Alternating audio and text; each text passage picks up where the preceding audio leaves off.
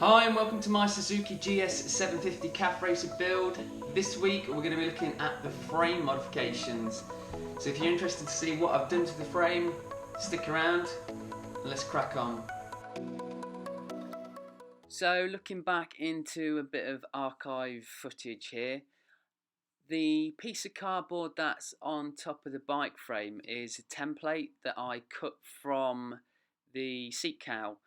So what this enabled me to do was put that template on top of the bike and get it accurately measured. And this just gave me a bit of an idea where I can make my first cuts for the seat hoop.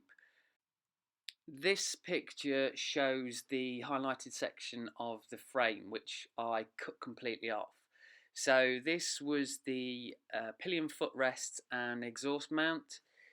So as I said, I just wanted that completely cut off, just to make the frame a bit more minimalistic, cleaner looking.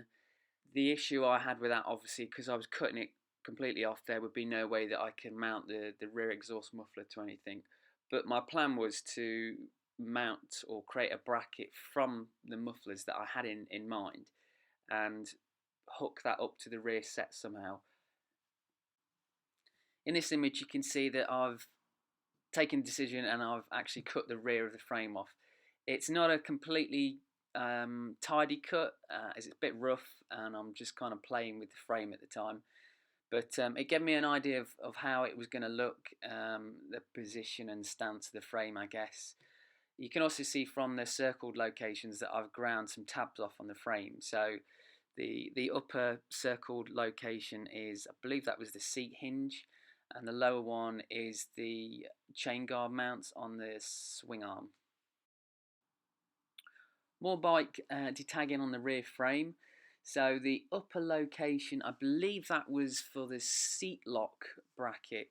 It was quite a big chunky bit of 90-degree angled metal with a key barrel in it, which was ground off and flushed down. And the lower location, I think that was the side covers for the bike. So those tabs were all ground down and smoothed off. So that was the bike frame all detagged and finished off and ground smooth. There was still a little bit to go with the hoop. Obviously that was just a bit of a rough cut, so I had to really play around with that and get the measurements right and had to get it perfect before it was completely cut into its final position.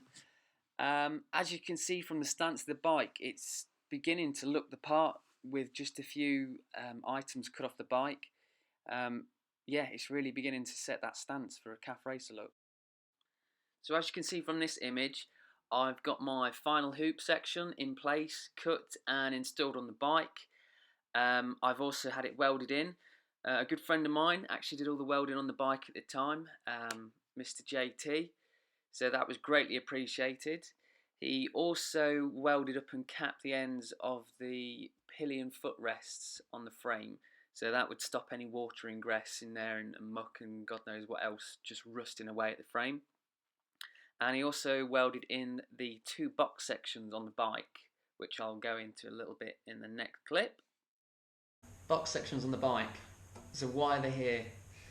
So originally I intended to have a cowl and seat sit on these two box sections, so to take the weight. So the reason they're that high is to also give me a bit of a void for the electrics tray to fit all the electrics in. So regulator, rectifier. So yeah, the seat would sit on top and we've got enough space to fit all my electrics in. I'm not going to use that anymore. I'm going to get a new one. So yeah, that was the plan. Okay, so you may have seen this cowl seat in previous pictures, and it had a hump on the back and a bit of a seat. But yeah, no more. Yeah, and I'll show you why it's been cut. Okay, so the reason why I've not used this seat is because I didn't like the way the frame looked against the cowl. I mean, as you can see here, I can almost get my finger.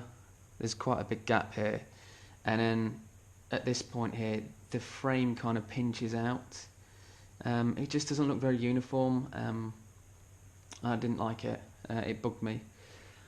So yeah, that's the reason why the cowl's been chopped. Not saying that these aren't great cows. They're good. They're good quality. It's good ABS plastic. It's really rigid. But it's just not the look I wanted on the bike. I have used part of the cowl, which you'll see in a later video. But yeah, it's all about looks at the end of the day, and that's what I'm going for. So the rear hoop, originally I was going to go for a circular hoop. So I've still got the template here of what I was going for at the time. So that's what I was going for, and it works. It works fine. The only issue I had was there was a bit of pinching going on here and here, and it just didn't work with the cowl I had at the time. The cowl thins off towards the back, so I was getting pinching here and here, and the hoop was actually deforming the cowl, pushing it out. So it just didn't work. It had to go.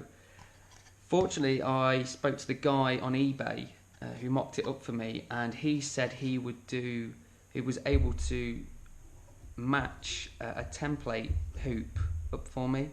All he required was just a template drawn out, and he could match up this hoop to the cowl, which I did. What I'll try and do is find his link to the part on eBay and put it in the description for you guys out there.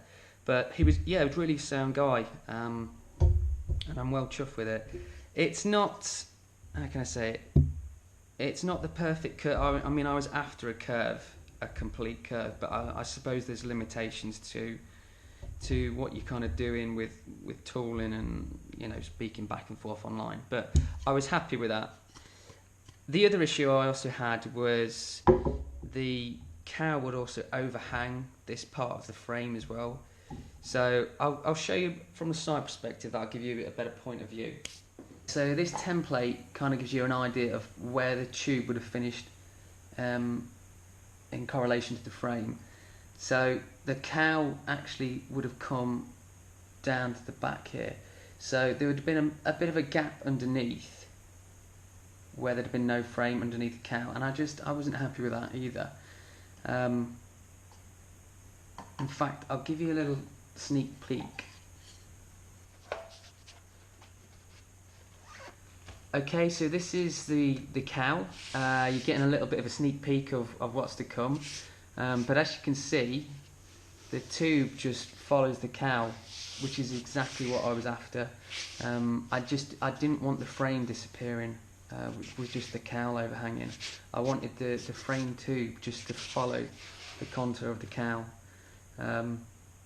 So yeah, there's been a bit of to and fro in, but that's what comes with custom bikes. Anyone who's going to be building a custom bike, I can tell you that you're going to be buying a few bits and they're not going to be used. Yeah, because just things change, stuff doesn't work, and that's just the way it is. But it all adds to your kind of individual look. So as mentioned in the beginning of the video, the electronics tray had a bit of an impact on the design of the frame. So the tray was, at the time, I was able to mount it at the front and in the centre section. However, the rear section, I had no way of mounting it. There was no brackets, no bolts, nothing. And I intended to put the battery in this section under the cowl. And obviously there was a bit of weight going into that. So this whole section here would just flex up and down within the frame, which, yeah, I didn't know what to do with it at the time. Eventually I come round to installing the indicator stalls, and it just worked out perfectly. The bolt goes straight through the frame, straight through the electronics tray, and it just holds it all securely into the frame. So yeah, really chuffed with that. It worked out brilliantly. However, as always, there was something I just didn't like about them. So originally the indicator would have sat a lot closer to the frame. This nut would have sat flush. The only issue was that this nut is obviously flat and the frame is tubular, so the two mating surfaces, they wouldn't be flush.